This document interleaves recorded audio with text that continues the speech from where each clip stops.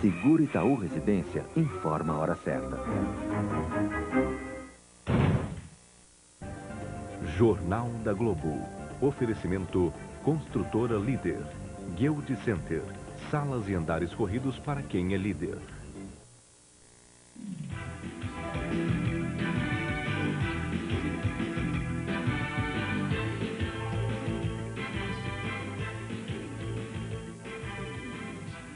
Boa noite. Foi mais um dia de informações contraditórias sobre a greve dos petroleiros. Os números da empresa e dos trabalhadores são cada vez mais diferentes, cada vez mais distantes. A Petrobras garante que a produção de derivados de petróleo aumentou de novo. Segundo a empresa, chegou hoje a 40% do normal. Mas nas regiões Sudeste, Sul e Centro-Oeste ainda é crítico o abastecimento de gasolina, óleo diesel e gás natural. A Petrobras divulgou nota oficial agora à noite informando que a disponibilidade de gás natural é de 60% do normal e que a produção de petróleo está em 36% do normal. Na Bacia de Campos, no estado do Rio, 2 plataformas já estão retornando à plena operação. Segundo a Petrobras, o refino de petróleo em todo o país já atinge 40% do normal e apenas a refinaria de Cubatão, em São Paulo, está parada. Segundo a Petrobras, operam a plena capacidade as refinarias Gabriel Passos, em Minas Gerais, e de Manaus, no Amazonas. Funcionam parcialmente as refinarias de Mataripe, na Bahia, Capuava, Henrique Lage e Paulínia, em São Paulo, Alberto Pasqualini, no Rio Grande do Sul e Duque de Caxias, no Rio de Janeiro. A refinaria de Araucária, no Paraná, está se preparando para entrar em operação, segundo a Petrobras. O abastecimento nas regiões Sudeste, Centro-Oeste e Sul continua limitado. Segundo a empresa, as distribuidoras estão recebendo apenas 60% das cotas de gás natural, gasolina e óleo diesel. O Sindicato dos Petroleiros do Rio informou que hoje foi fechado mais um poço da Bacia de Campos, o de Vermelho 1. O diretor do sindicato disse que está mantida a ameaça dos petroleiros de fechar um poço da Bacia de Campos a cada 12 horas, caso a Petrobras e o governo federal não reabram as negociações. Está cada vez mais difícil conseguir combustível para ônibus e caminhões em São Paulo. 80% dos postos da região metropolitana não tem mais óleo diesel. Em São Bernardo do Campo, 20 mil pessoas ficaram sem transporte coletivo hoje. A prefeitura reduziu o número de ônibus por falta de óleo diesel. Na capital, 8 empresas só tinham combustível para terminar o dia. Mas a BR Distribuidora garante que reforçou os estoques de todas elas. Em outras 12 empresas, o diesel deve acabar até sábado. As transportadoras de cargas estão com os estoques pela metade. A ordem para os caminhoneiros é encher os tanques nas estradas. No Porto de Santos, 10 navios estão parados há uma semana por falta de diesel. O Condor, que ia direto para a África, conseguiu um pouco de combustível, mas vai ter de reabastecer no Uruguai antes de cruzar o Atlântico. As companhias aéreas também já enfrentam problemas. Só a distribuidora da Petrobras continua fornecendo querosene para a aviação normalmente. A ESSO, responsável por 16% do abastecimento do aeroporto de Cumbica, o maior de São Paulo, está trazendo querosene de aeroportos de outros estados. Já a Shell, que abastece mais da metade dos aviões em Cumbica, distribuiu um comunicado às empresas aéreas nacionais e internacionais, pedindo para que elas reduzam pela metade o consumo de combustível.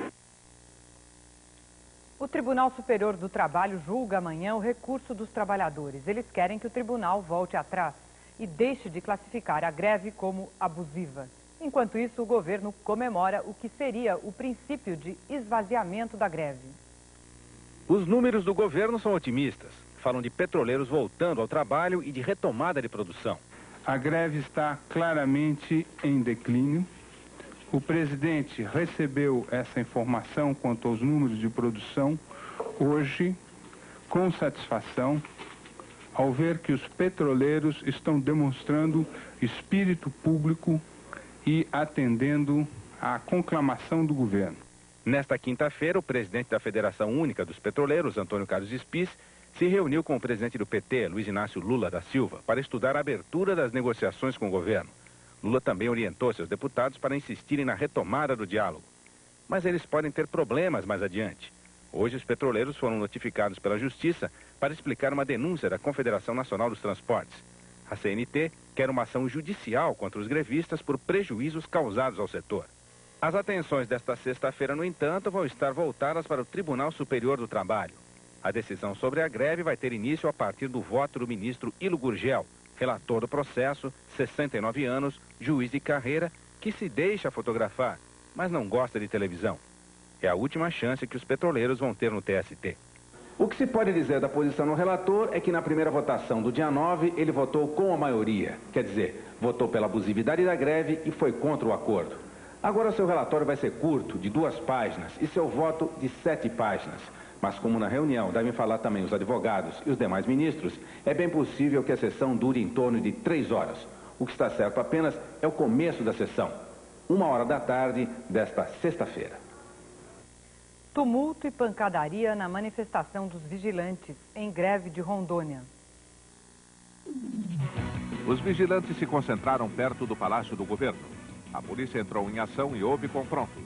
Os vigilantes são empregados de empresas que prestam serviço ao Estado e município. Eles querem reajuste de 13% e carga de trabalho de 6 horas por dia. Depois de muita pancadaria, a manifestação foi controlada. O INSS começa a recuperar uma parte do dinheiro roubado pela máfia da Previdência. O ministro Reinhold Stefanes assinou hoje o recibo de 27 milhões de reais. Ainda falta receber 35 milhões de reais que estão em contas no exterior e mais 522 quilos de ouro encontrados com os chefes dos fraudadores. Enterrado hoje no cemitério São João Batista, no Rio, o jurista Clóvis Ramalhete. Ele foi um dos redatores do processo de impeachment do ex-presidente Collor. Clóvis Ramalhete tinha 83 anos, foi ministro do Supremo Tribunal Federal e redigiu a lei da anistia. A Marinha faz uma super blitz no Porto do Rio e na Baía de Guanabara para combater o crime organizado. Foi super blitz mesmo. 1000 fuzileiros navais foram convocados. 4 horas da manhã, os fuzileiros navais chegam ao Porto do Rio, controlam as entradas e saídas, ocupam os 7 quilômetros do cais, revistam os armazéns. Cães farejadores são usados para procurar drogas nos caminhões. Todos os documentos das cargas e dos motoristas são checados. A polícia acredita que a Baía de Guanabara é uma importante porta de entrada de armas e drogas. A Bahia tem uma extensão que corresponde a mais de 4 vezes a área de Vitória, capital do Espírito Santo. Banha 6 municípios e tem 28 favelas nas margens. Segundo a Polícia Federal, mais de 4 milhões de armas foram apreendidas em morros e favelas do Rio. Metade do arsenal recolhido no país desde janeiro do ano passado.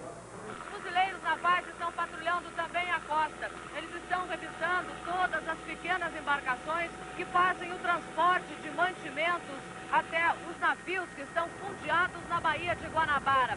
São essas embarcações as suspeitas de transportarem drogas e armas que chegam de contrabando nos navios. A Marinha só divulga amanhã o resultado da operação no Porto do Rio e na Baía de Guanabara. Aumenta a briga pelo mercado de jogos eletrônicos nos Estados Unidos. São mais de 5 bilhões de dólares em jogo todo ano. Novos concorrentes e máquinas mais velozes estão no páreo. Lutas, guerras, golpes estratégicos. Esse é o assunto predileto dos jogos eletrônicos. Entre os fabricantes, a cena é parecida e vai piorar esse ano. Em 94, os americanos gastaram 6 bilhões de dólares com jogos eletrônicos. Esse ano devem gastar quase 8 bilhões nessa brincadeira. A luta pela maior fatia do mercado vai esquentar. Novas marcas e máquinas mais avançadas chegam nas lojas a partir de agosto. Os jogos estão mais parecidos com a realidade. Ganharam profundidade, definição e riqueza de detalhes. Os personagens que já andavam de um lado para o outro da tela, agora andam para dentro e para fora do cenário. A corrida de carro no circuito urbano tem todos os edifícios, pontes e túneis de uma cidade grande. O futebol mostra a seleção brasileira de vários ângulos. Vai sair caro ficar em dia com a diversão eletrônica. As empresas estão lançando sistemas novos que não funcionam com os antigos. O que está no mercado hoje vai ficar obsoleto. A Sony decidiu entrar no jogo. A gigante dos eletroeletrônicos nunca teve interesse nesse mercado. Esse ano está lançando um sistema próprio para competir com os consagrados da Nintendo, da Sega e da Atari. As veteranas também estão lançando sistemas novos, incompatíveis com sistemas lançados há menos de 2 ou 3 anos. Estão apostando no futuro. O consumidor tem a palavra final e vai decidir se vale a pena investir outros 300 ou 400 dólares para brincar em dia com os avanços tecnológicos.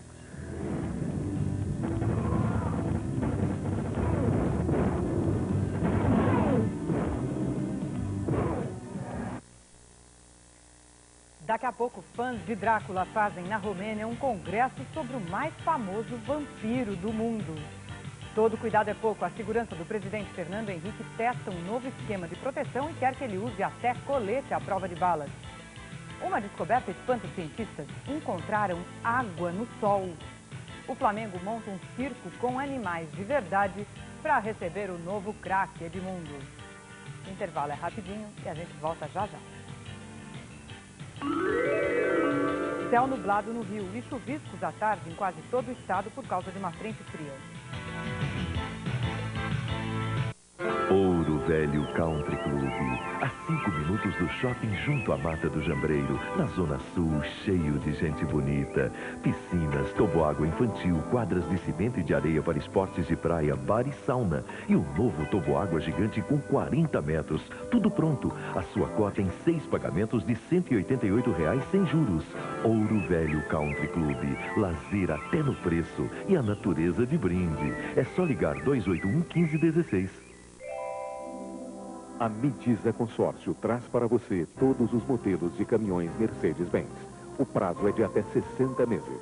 A entrega do bem é garantida pela fábrica com faturamento direto para o cliente a preço de mercado. Não perca tempo. Venha logo adquirir o seu caminhão através da Midisa. Tradição e seriedade em consórcio de caminhões. 291-9211.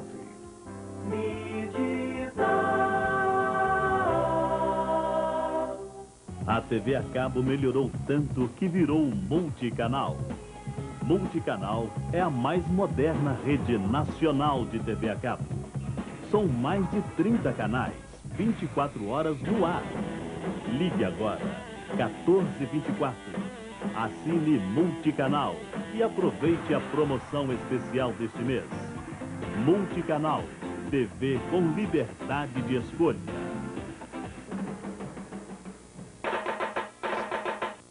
Vem aí, a maior festa carnavalesca de Minas Gerais. Carnavelô 95, de 16 a 18 de junho, na Avenida Afonso Pena, em Belo Horizonte. Trios elétricos, shows com Netinho, Asa de Águia e Cheiro de Amor. Venha para o Carnavelô 95, caia na folia e esquente o clima. Apoio Rede Globo Minas. Oferecimento Vodka Orloff, pura transparência.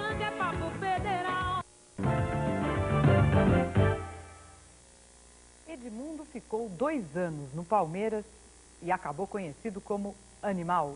O apelido foi dado por um jornalista, mas a torcida adotou rapidinho. Animal definia muito bem um craque, ao mesmo tempo genial e destemperado.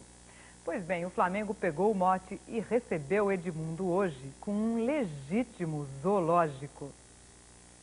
No carro se escreve Animal. Nos animais, a moda rubro-negra. E nem o filhote mais famoso da pré-história escapa do dia vermelho e preto. O dia que viu a cidade do Rio de Janeiro tumultuada, bagunçada com a chegada de um outro animal. Edmundo ganhou o apelido da torcida e acha que lhe cai bem. Esse animal dá uma característica de raça, de vontade e de muita fibra. Então eu acho que a torcida do Flamengo querendo e me chamando por animal carinhosamente, só vai me deixar muito feliz. Edmundo é o animal, e com os animais, o Rio festeja a compra do passe do polêmico atacante pelo Flamengo. Macacos que abraçam, tigre que apenas acompanha devidamente enjaulado, elefantes que chamam a atenção. Assim como chama a atenção o modo como milhares de pessoas vão às ruas, às sacadas, para saudar o jogador. É claro que a curiosidade das pessoas com o barulho das sirenes e com o movimento dos torcedores ajuda a transformar essa carreata num evento sensacional. Mas também fica demonstrado nas ruas do Rio que Edmundo, embora ainda não tenha brilhado na seleção brasileira, é um ídolo acima das paixões clubísticas. Um ídolo que, ao lado de outro, promete ao Flamengo um futuro de tirar o fôlego, no ritmo dos meninos maus, que de bola são bons como ninguém. Cante com a gente esse rap que você vai aprender. Aê, gostei.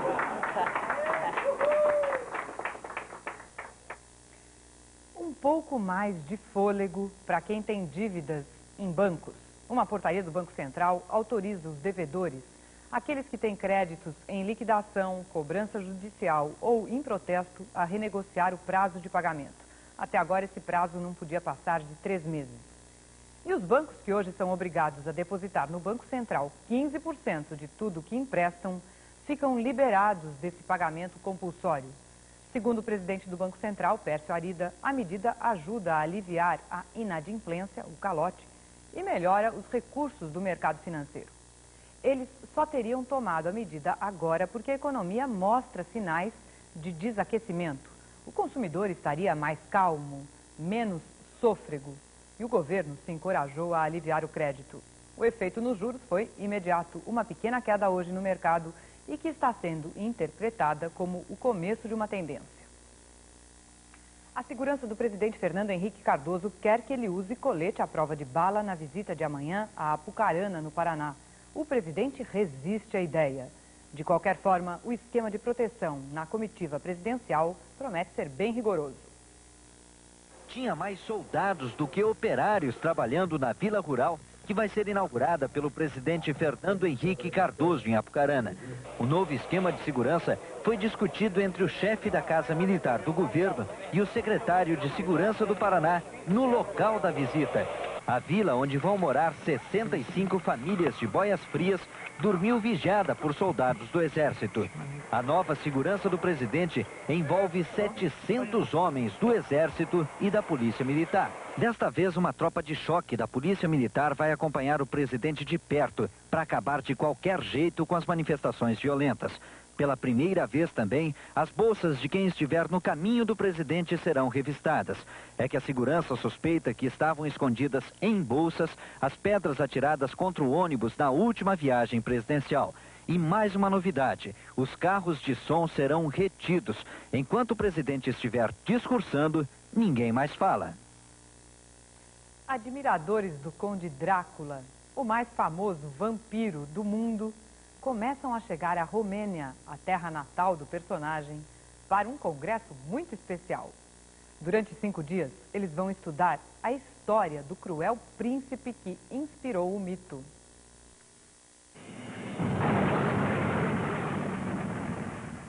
Vlad Dracula. Vlad Dracula!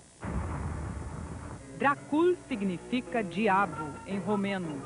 E o príncipe Vlad passou a se chamar Vlad Dracul.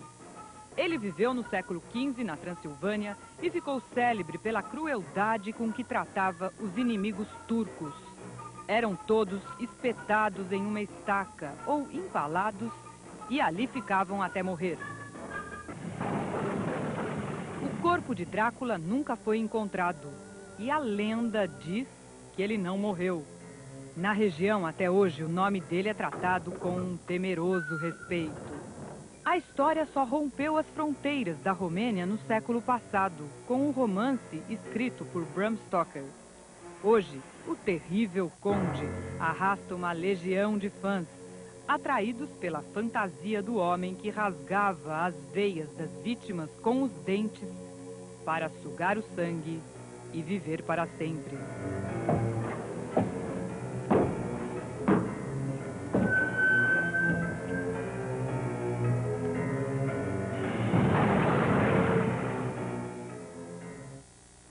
Daqui a pouco, o governo define as novas regras do crédito rural, CNPR. O drama das crianças desaparecidas nos Estados Unidos, 500 mil delas somem todo ano. Logo depois dos comerciais. Sexta-feira nublada e fria em São Paulo. Nevoeiro e chuviscos de manhã e à noite. Paulinho Mosca, a grande novidade pop. O melhor lançamento do ano. Paulinho Mosca, sexta, dia 26, no Bar Nacional. Paulinho Mosca e Banda, você não pode perder.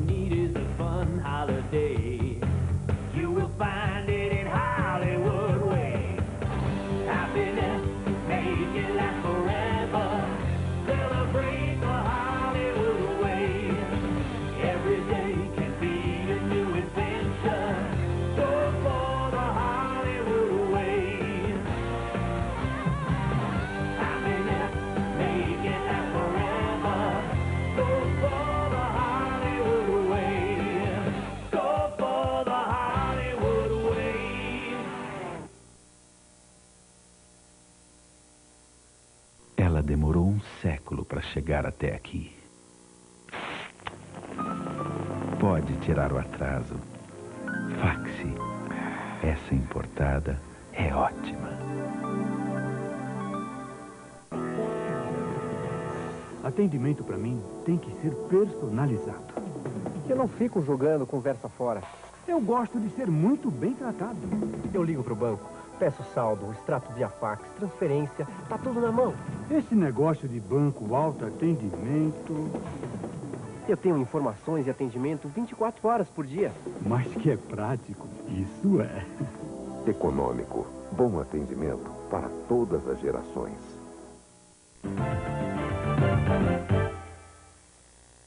O governo promete reabrir os financiamentos agrícolas e garante novos avanços no acordo com os ruralistas. Na terceira rodada de negociação, dessa vez com o presidente Fernando Henrique Cardoso, os ruralistas saíram satisfeitos. A primeira conquista foi substituir a TR nos financiamentos agrícolas pelos juros pré-fixados de 16% ao ano. A regra vale para os financiamentos até R$150 mil. Os pequenos produtores que contraírem financiamento até R$30 mil poderão optar pela equivalência produto dentro da política de preços mínimos. Além disso, eles terão uma conta rotativa. Essa é uma novidade que vamos colocar hoje no mundo agrícola brasileiro, onde o agricultor ele vai pagar só os seus juros sobre o seu débito que está usando. A bancada ruralista ainda conseguiu uma outra vitória na reunião desta quinta-feira. A promessa de reabertura dos financiamentos agrícolas. Segundo o líder governista, deputado Luiz Carlos Santos, o governo já assegurou 3 bilhões e 200 milhões de reais para a próxima safra. Esse financiamento já está equacionado e essa safra estará coberta e protegida. Hoje foi o Dia Nacional da Criança Desaparecida nos Estados Unidos. 500 mil crianças desaparecem todo ano nos Estados Unidos. Dessas 500 mil crianças que desaparecem todos os anos, muitas fogem de casa, outras simplesmente se perdem, são recolhidas por estranhos, mas muitas, cerca de 150 mil, são sequestradas por pessoas conhecidas, na maioria das vezes parentes. A criança é sequestrada pelo pai ou pela mãe. Este menino, por exemplo, foi sequestrado pela mãe que se separou do pai, que não conseguiu vê-lo nunca mais. Na maioria dos estados americanos, a lei pode fazer muito pouco para resolver o problema, com exceção da Califórnia. Lá, existe um órgão estadual chamado Unidade Antissequestro de Crianças, que já conseguiu recuperar milhares de crianças sequestradas por parentes. Os americanos descobriram que uma das maiores causas do sequestro de menores no país são os casamentos desfeitos. O Ocidente aplaude e a Rússia critica a operação militar da OTAN contra os sérvios da Bósnia. Eles se recusaram a devolver armamentos pesados roubados de um depósito da ONU e arcaram com as consequências. Vencido o prazo para devolução, 4 aviões de combate americanos e 2 espanhóis decolaram da base de Aviano, na Itália. O ataque atingiu em cheio um depósito de munições dos sérvios. As lideranças sérvias negaram que o ataque tenha feito grandes estragos. O líder Radovan Karadzic disse que se houvesse bombardeio, as tropas da ONU seriam tratadas como inimigas. Em Washington, o presidente Bill Clinton ficou satisfeito com a ação como último recurso para impedir novos ataques sérvios sobre Sarajevo. A reação sérvia foi fulminante. Horas depois do ataque da OTAN, a artilharia dos sérvios bombardeou 4 das 6 zonas de segurança estabelecidas pela ONU. Só em Tuzla, 61 pessoas morreram e há mais de 200 feridos. Já faz 4 anos que essa guerra, que parece sem solução, começou. Paulo Francis. O bombardeio de hoje da OTAN dá uma ideia de como poderia ser feita a paz na Bósnia. A primeira-ministra Margaret Thatcher e o presidente Ronald Reagan sugeriram que os sérvios fossem bombardeados